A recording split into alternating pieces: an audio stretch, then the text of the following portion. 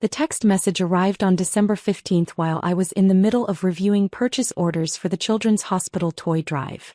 My phone buzzed and I glanced down to see my mother's name on the screen. "Hi honey. Dad and I have been talking and we think it might be better if you skip Christmas dinner this year.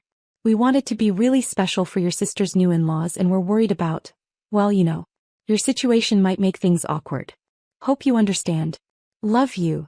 I stared at the message for a long moment, then typed back a simple response. Understood.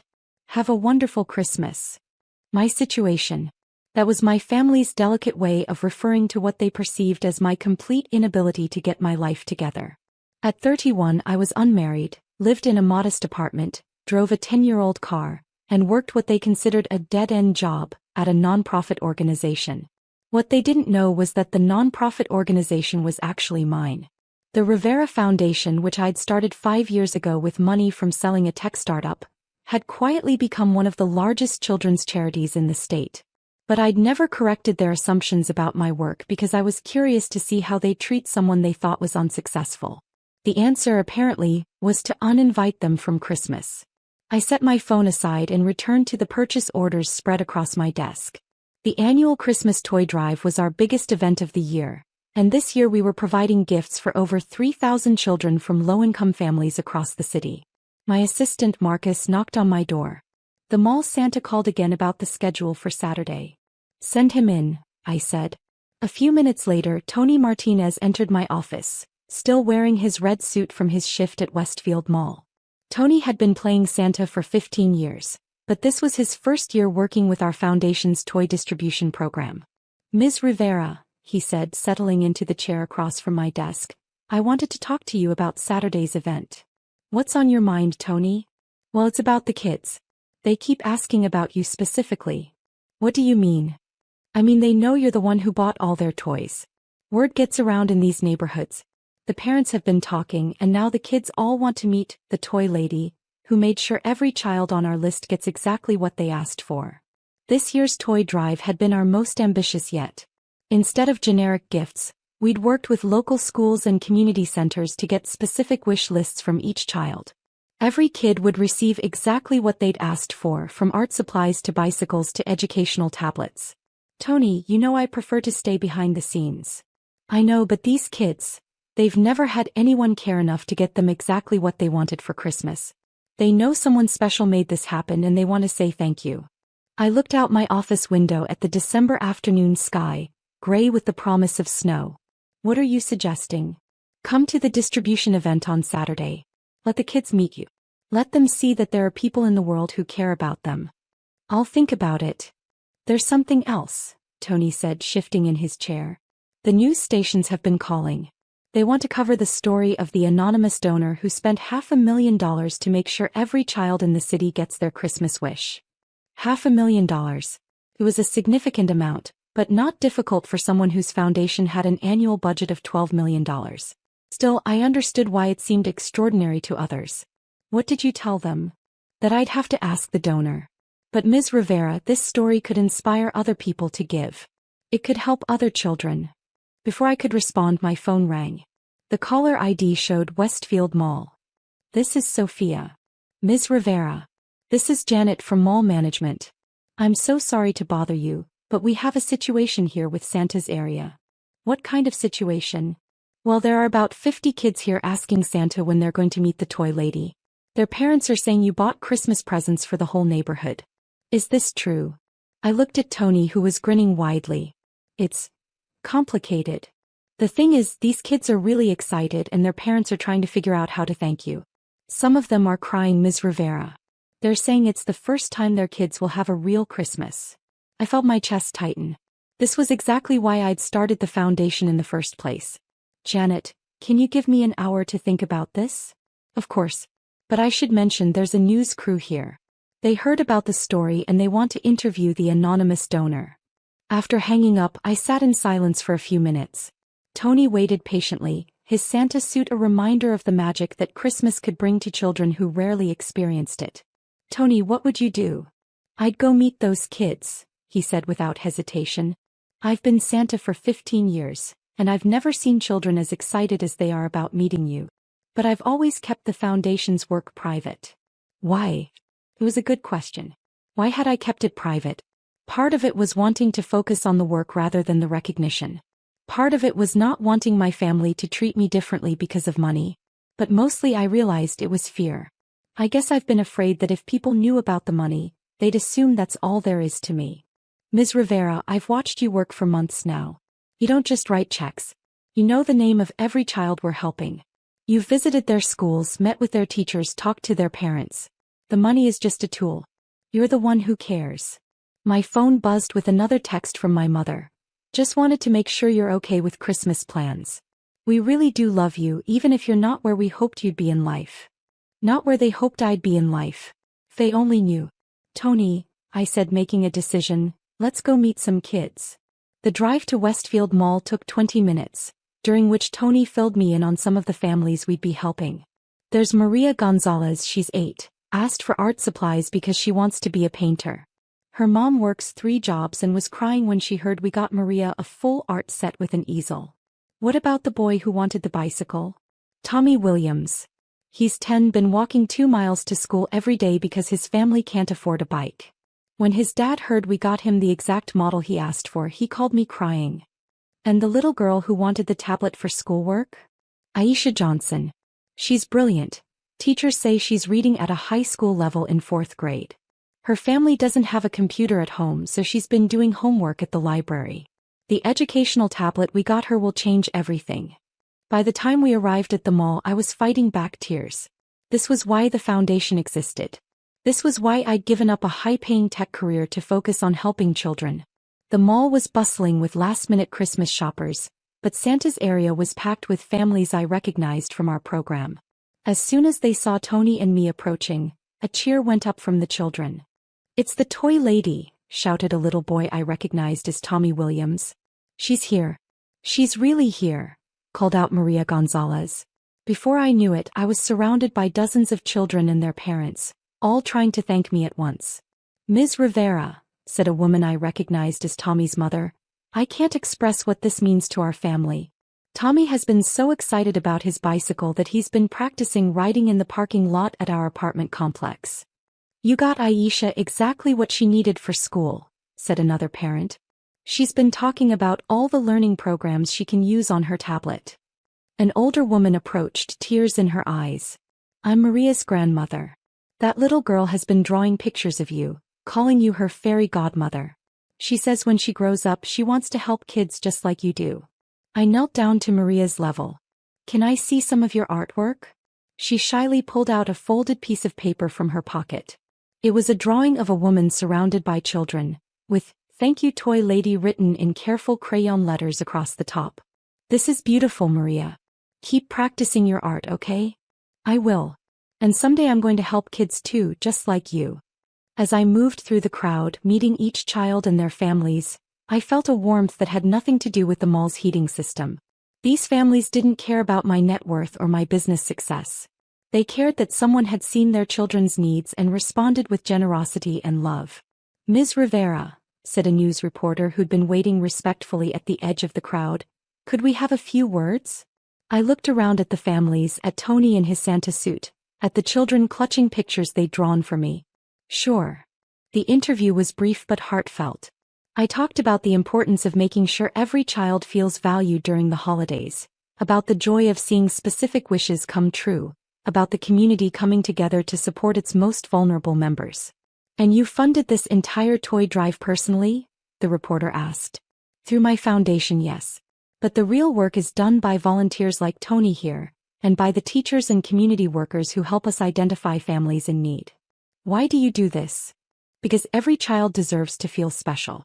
Every child deserves to know that someone cares about their dreams and wishes." After the news crew finished, I spent another hour with the families, taking pictures with the children and listening to their excited chatter about Christmas morning. As the crowd began to thin out, my phone rang. It was my sister Gabriella. "Sophia, I need to ask you something, and I need you to be completely honest." "Okay. I just saw you on the news. On the Channel 7 evening report. You were at the mall with a bunch of kids and they were calling you. Did they say you spent $500,000 on Christmas presents?" I looked around the mall at the families heading home with their hearts full of Christmas magic. At Tony still in his Santa suit talking to the last few children. Yes. Where did you get $500,000, Sophia? From my foundation. What foundation? The Rivera Foundation. I started it 5 years ago. The silence on the other end of the phone stretched so long I wondered if the call had dropped. Gabriella? Are you there? You have a foundation? Yes. With $500,000? With considerably more than that. How much more? The foundation has assets of about $40 million. We distribute about $12 million per year to various children's charities and programs. Another long silence. Sophia, where did you get $40 million? I sold a tech startup I founded after college. Instead of spending the money, I started the foundation to help children who grow up the way we did. The way we did. Poor Gabriella. We grew up poor. I remember what it felt like to want things for Christmas that Mom and Dad couldn't afford. I remember the years when we got one small gift each because that's all they could manage. But you never said. You never asked. Mom and Dad never asked. When I told you I worked for a nonprofit, you all assumed I was barely getting by. When I lived modestly, you assumed I couldn't afford better. When I didn't talk about money, you assumed I didn't have any. Oh my God. Sophia, we uninvited you from Christmas because we thought you were unsuccessful. I know. We thought you'd embarrass us in front of Miguel's parents. I know. We've been treating you like someone whose worth is determined by their apparent financial success? We're horrible people. You're not horrible people. You made assumptions based on limited information. But yes, those assumptions led to hurtful behavior. I could hear Gabriella crying on the other end of the phone. What can we do? How can we fix this? You can start by understanding that a person's value isn't determined by their wealth or status. You can start by treating people with respect regardless of their circumstances. Can you ever forgive us? I can forgive you. But I need you to think about why you were so quick to exclude someone you thought was struggling instead of including and supporting them. 20 minutes later, my phone rang again. This time it was my father. Mija, your mother and I just watched the news. Okay. We saw you with all those children. We saw how they looked at you, how grateful their families were. It was a good day. Sophia, we made a terrible mistake. Yes, you did. We don't deserve your forgiveness, but we're asking for it anyway. Dad, why did you uninvite me from Christmas? Because we thought you weren't successful and we were ashamed. Ashamed of what? Ashamed that our daughter was 31 and still struggling. But I wasn't struggling, Dad. You just assumed I was because I don't live extravagantly. We realize that now. We realize we don't know our own daughter at all. No, you don't. Will you come to Christmas dinner? Please. I thought about it for a moment. Only if you understand that my worth as a person has nothing to do with the foundation or the money. Only if you can love and respect me whether I'm wealthy or struggling. We understand. And Sophia. Yes. We're proud of you. Not because you're successful, but because you're using your success to help children who need it. Christmas Day arrived with a fresh coating of snow that made the city look like a postcard. I spent the morning at the foundation's distribution center, helping volunteers load the last of the gifts for families who couldn't make it to the mall event. Tony arrived around noon, this time dressed in jeans and a sweater instead of his Santa suit. How are you feeling about today? He asked. Nervous, I admitted. This is the first Christmas in 4 years that I'm spending with my family. Why nervous? Because now they know about the foundation and the money. I'm afraid they'll treat me differently. Different how? Like I'm someone important instead of just their daughter who happens to care about helping kids. Tony laughed. Sophia, you are someone important. But not because of the money. Because of this. He gestured around the distribution center, where volunteers were carefully loading bicycles, art supplies, tablets, and countless other gifts into delivery trucks. Because of your willingness to see children's needs and respond with action. Because of your commitment to making sure no kid feels forgotten during the holidays. At 3 p.m. I arrived at my parents' house for Christmas dinner. The familiar smell of my mother's cooking greeted me at the door, along with hugs that felt more genuine than they had in years. Sophia, my mother said, holding me tightly, I'm so sorry about the text. I'm so sorry we almost missed celebrating Christmas with our daughter. I'm here now, Mom. The afternoon was different from previous family gatherings. Instead of polite small talk, we had real conversations. My family asked thoughtful questions about the foundation, about the children we helped, about my vision for expanding our programs. Tell us about the tech company you sold, my father asked over dinner. It was an app that helped small businesses manage their inventory more efficiently. I saw a problem that needed solving, built a solution, and got lucky when a larger company wanted to acquire us. How old were you? 26. And you used all the money to start the foundation? Most of it. I kept enough to live comfortably, but I didn't need $40 million for personal expenses. I needed it to make a difference. Gabriella leaned forward. What made you want to help children specifically? Do you remember Christmas when I was 12 and you were 10? Which one? The one where Mom and Dad could only afford to give us each one gift, and you gave me half of yours because you could see I was disappointed? Gabriella's eyes filled with tears. I remember. That's when I decided that if I ever had the means, I'd make sure other kids didn't have to choose between their own happiness and their siblings. And now you're doing that for thousands of children, my mother said proudly. We're doing that, I corrected. The foundation is just the funding. The real work is done by teachers, social workers, volunteers, and families who care about their communities. As the evening wound down, I felt something I hadn't experienced in years. The sense that my family truly knew and accepted me for who I was. Sophia, my father said as I prepared to leave, I want you to know that we're proud of you. Not because you're wealthy, but because you're generous. Not because you're successful, but because you're kind. Thank you, Dad. That means everything to me. The drive home took me past several of the neighborhoods where our foundation worked. Many of the houses had Christmas lights twinkling in their windows, and I knew that behind those windows were children playing with toys that had made their Christmas wishes come true. My phone buzzed with a text from Tony. The Johnson family sent this photo. It was a picture of Aisha working on her new tablet, completely absorbed in an educational program. Another text arrived from Maria's grandmother. Maria wanted you to see her Christmas painting. The attached photo showed a beautiful watercolor of a Christmas tree, painted with the art supplies we'd provided.